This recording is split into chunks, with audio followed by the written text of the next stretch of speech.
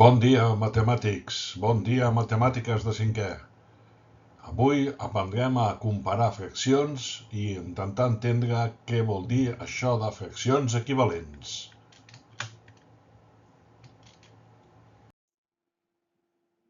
Anem a comparar fraccions si tenen el mateix denominador.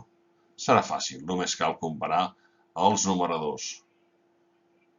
5 és més gran que 3, 5 vuitens és més gran que 3 vuitens. Ara bé, si tenen diferent denominador, és una mica més complicat.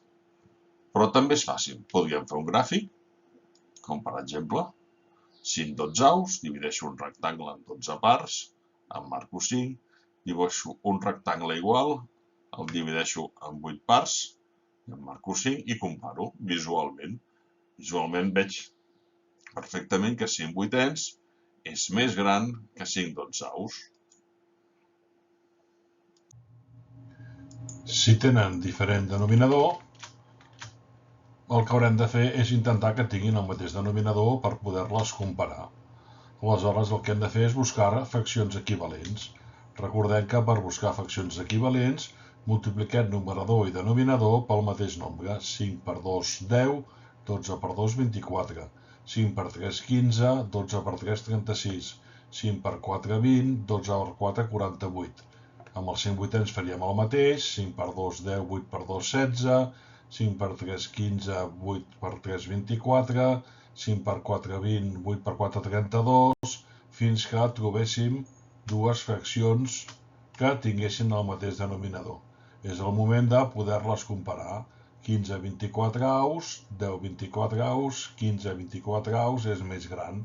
Per tant, 5 vuitens és més gran que 5 dotzens. Dues fraccions són equivalents quan representen la mateixa quantitat. Fixem-nos en aquestes dues xocolatines. Tinc la mateixa quantitat de xocolata negra en els dos casos.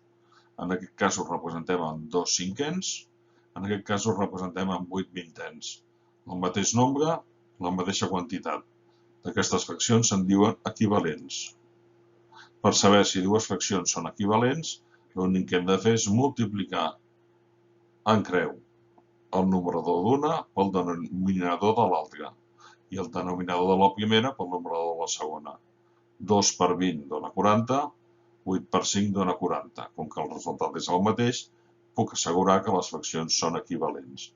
D'aquesta manera m'estalvio de fer el dibuix i comparar-lo.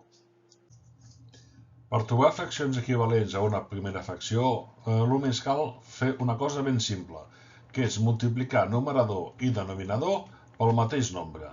Puc o multiplicar o puc dividir. Fixem-nos en aquests dos exemples. Tenim, per exemple, 3 cinquens. Hem multiplicat per 2 numerador i denominador i m'ha donat 6 dècims. O multiplicat per 3, 9 quinzaus, o per 4, 12 vintaus. Com podem veure, aquí tenim 3 fraccions equivalents a 3 cinquens. Com que totes són iguals, totes són equivalents entre elles.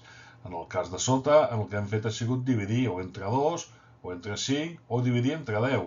30 entre 5, 15, entre 5, 6, entre 10, 3, etc. Com veiem, hem trobat 3 fraccions equivalents a 30 cinquantens, per tant, totes són equivalents entre si mateixes.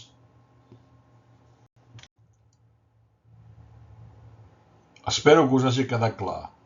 Si no, el consell de sempre, o preguntar-li al mestre o tornar a veure el vídeo. Adeu.